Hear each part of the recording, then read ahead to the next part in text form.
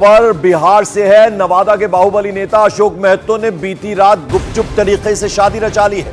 55 साल के बाहुबली नेता अशोक महतो ने पटना डिस्ट्रिक्ट के करौटा में जगदंबा मंदिर में शादी कर ली। उनकी शादी बिहार के मुंगेर जिले की रहने वाली अनीता देवी से हुई और इस शादी के पीछे वजह बताई जा रही है कि वो अपनी पत्नी को लोकसभा इलेक्शन में उतारना चाहते हैं। ऐसा इसलिए क्योंकि वो खुद चुनाव नहीं लड़ सकते और पत्नी को चुनाव लड़ाना चाहते हैं। बताया जा रहा है कि अशोक महतो मुंगेर लोकसभा सीट पर किस्मत आजमाना चाहते थे और उनकी तैयारी अपनी पत्नी को लोकसभा उम्मीदवार बनाने की अब कर ली है।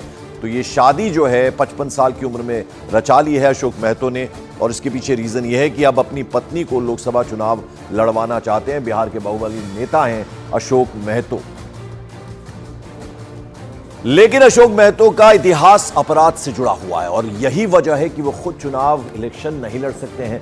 90 के दशक में वारसिलीगंज में हुए नरसंहार के वो आरोपी रह चुके हैं। साथ ही साथ जेल ब्रेक कांड के भी वो आरोपी रह चुके हैं। कुछ महीने पहले ही वो जेल से बाहर आए हैं। बताया जा रहा है कि उनकी नजदीकियां आरजेडी से रही हैं और वो आरजेडी के टिकट पर अब अपनी पत्नी को चुनाव लड़वाना चाहते हैं। आरजेडी की तरफ से अभी मुंगेर सीट के लिए उम्मीदवार घोषित नहीं हुए हैं और वो इस सीट पर अपनी पत्नी के लिए टिकट चाहते हैं। हालांकि कयास ये भी लगाए जा रहे हैं कि उनकी नजर मुंगेर के अलावा नवादा सीट पर भी है। चंद्रमोहन कुमार मेरे सहयोगी पटना से सीधे जुड़ रहे हैं। पर्पस है इस शादी के पीछे अशोक महतो का, चंद्रमोहन। बिल्कुल, और यही वजह है कि अशोक यादव जब चुनाव नहीं लड़ सकते, अशोक महतो चुनाव नहीं लड़ सकते, तो वो अपनी पत्नी को अब चुनाव मैदान में उतारने की तैयारी कर लिए हैं। आज से तकरीबन 1 महीने पहले लालू यादव से उनकी मुलाकात हुई थी और लालू यादव ने साफ तौर पर यह कहा था कि मुंगेर सीट से आप चुनाव की तैयारी करिए, लेकिन उनके ऊपर कई संगीन मामले हैं।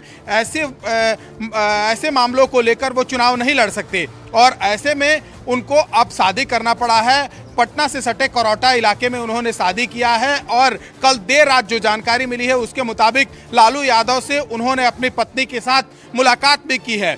10 दिसंबर 2023 को 17 साल बाद ये अशोक महतो जेल से बाहर आए थे और उसके बाद से ही लगातार अपने क्षेत्र में चुनाव की तैयारी शुरू कर दिए थे। और ऐसे में अगर लालू यादव से आदेश मिल जाए चुनाव की तैयारी करने के लिए तो जाहिर सी बात है कोई भी आदमी चुनाव की तैयारी शुरू कर देगा, लेकिन वो चुनाव नहीं लड़ सकते। उनके ऊपर कई आपराधिक आरोप हैं, तो ऐसे में उन्होंने शादी किया है और अपने पत्नी को अब मुंगेर से चुनाव में उतारेंगे। एक और सबसे बड़ी अहम बात है कि इनका नाम जब वारसलीगंज में जेल ब्रेक हुआ था, उसके अलावा वहां पर एक नरसंहार भी हुआ था उस इलाके में, तो इनका नाम सामने आया था और उसके बाद 17 साल जेल में अशोक महतो थे। 10 दिसंबर 2023 को बाहर निकले और उसके बाद से अपनी चुनावी तैयारी शुरू कर दिए थे। चलिए, बहुत बहुत शुक्रिया इस अपडेट, इस जानकारी के लिए चंद्रमोहन कुमार आपका। तो राजनीति जो कराए वो कम है।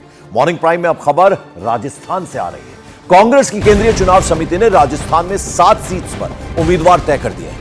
ज्यादातर नए चेहरों पर दांव खेला गया है। तय किए गए नामों का ऐलान अगले 1-2 दिन में हो सकता है। हालांकि कांग्रेस की केंद्रीय चुनाव समिति ने 8 सीटें होल्ड कर दी हैं। इनमें 3 सीटों का फैसला गठबंधन कमेटी करेगी, यानी ये सीटें गठबंधन के लिए छोड़ दी गई हैं। राजस्थान में 25 लोकसभा सीटें हैं।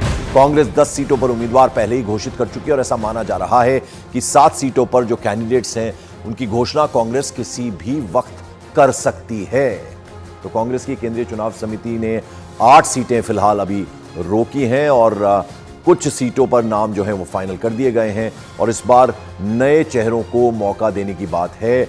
जो नाम अभी जो आ गए हैं सामने वो हम आपको दिखा रहे हैं। दौसा सीट से जैसे मुरारी लाल मीणा है, 7 नाम फाइनल हो चुके हैं। झालावाड़ सीट से उर्मिला जैन भाया को मैदान में उतारा गया है। बाड़मेर सीट जो है वहां से उम्मीदराम मेघवाल जो है वो अपनी किस्मत आजमाएंगे। जयपुर सिटी यानी जयपुर शहर से सुनील शर्मा का नाम सामने आया। तो ये 7 नाम फाइनल है। श्रीगंगानगर सीट से कुलदीप इंदौरा है। सभी सीटों पर चर्चा हो गई है, अधिकांश पर फैसला भी ले लिया गया है, लेकिन जो अंतिम घोषणा है वो एआईसीसी करेगी। ये हमारी परिपाटी है। लेकिन अच्छी बात यह है कि अच्छे लोगों का चयन किया गया है, जो निर्विवाद हों और जिनकी छवि अच्छी हो, जो ग्रासरूट्स पे काम करते हैं। 10 हम लोग अधिकृत अपनी घोषणा कर चुके हैं। जो बाकी 15 सीटें हैं उस पर बहुत जल्द एआईसीसी का निर्णय आएगा और फाइनल पर लिस्ट निकल जाएगी, लेकिन सब पे चर्चा हुई हमारी। तो ये जो 7 सीटों पर राजस्थान में अभी तक फैसला हुआ है कांग्रेस की अगर हम बात करें तो इस 7 सीटें जो हैं वो कौन कौन सी हैं जरा हम आपको बता दें एक बार फिर से। तो ये जो नाम है वो आपकी टेलीविजन स्क्रीन पर हैं। कौन सी 7 सीटें जो हैं उन पर नाम घोषित कर दिए गए हैं, कौन सी 7 सीटों पे जो नाम है अभी फिलहाल रोके गए हैं। जयपुर शहर से सुनील शर्मा, उसके अलावा कोटा से जो हैं श्रीगंगानगर से कुलदीप इंदौरा हैं, नागौर दौसा से मुरारी लाल मीणा हैं, उसके अलावा झालावाड़ से उर्मिला जैन भाया हैं। और ये तमाम नाम जो हैं इस वक्त हम आपको बता रहे हैं, 7 नाम जो हैं वो घोषित कर दिए गए हैं, जबकि कुछ सीटों पर नाम अभी होल्ड करके रखे गए हैं। उनकी घोषणा अगले 1-2 दिन में हो सकती है। हालांकि 8 सीटें जैसे कि हमने आपको बताया होल्ड कर दी गई हैं। इनमें 3 सीटों का फैसला गठबंधन कमेटी करेगी, यानी सीटें गठबंधन के लिए छोड़ दी गई हैं। और सूत्रों के मुताबिक जिन सीटों पर नाम तय किए गए उनमें जयपुर शहर से सुनील शर्मा, श्रीगंगानगर से कुलदीप इंदौरा, दौसा से मुरारी लाल मीणा, और ये गहलोत सरकार में मंत्री रहे हैं, सचिन पायलट के करीबी नेता भी हैं, झालावाड़ से उर्मिला जैन भाया। हमारे साथ हमारे सहयोगी भवानी सिंह सीधे जयपुर से जुड़ रहे हैं। भवानी, और क्या अपडेट इस खबर के बारे में? देखिए, कांग्रेस ने 7 सीटों पर नाम तय कर दिए और आज ये माना जा रहा है कि आज घोषणा कर दी जाएगी।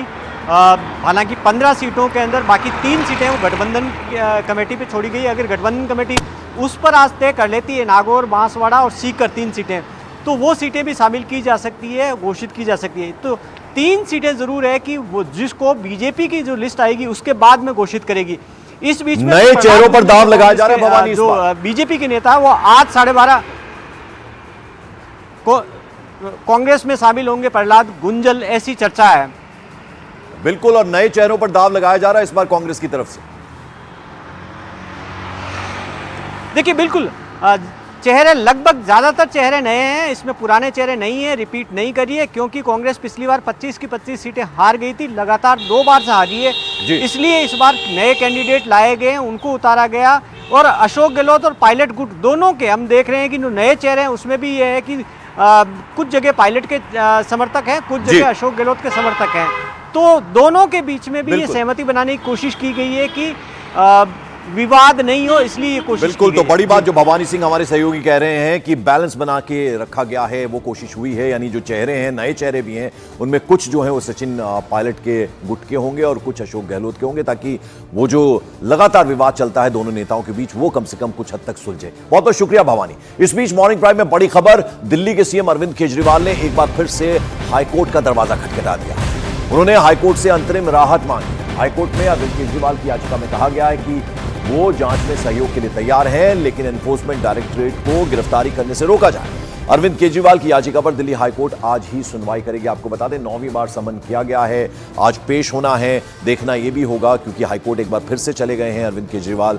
याचिका में कहा गया है कि अंतरिम राहत दी जाए, गिरफ्तारी पे रोक लगे, और साथ ही साथ ये कहा गया है कि जांच के लिए पूरी तरह से सहयोग करने के लिए तैयार हूं। हालांकि आम आदमी पार्टी लगातार ये बात कहती आई है कि जो मकसद है ईडी का वो सीधे सीधे गिरफ्तारी है, इन्वेस्टिगेशन से उसका कोई लेना देना नहीं है, गैर कानूनी है ईडी के ये जो बार बार पेश होने के लिए कहा जाता है, ये कह दिया गया आम आदमी पार्टी से। लेकिन इस बीच दिल्ली हाईकोर्ट का दरवाजा एक बार फिर खटखटाया है अरविंद केजरीवाल।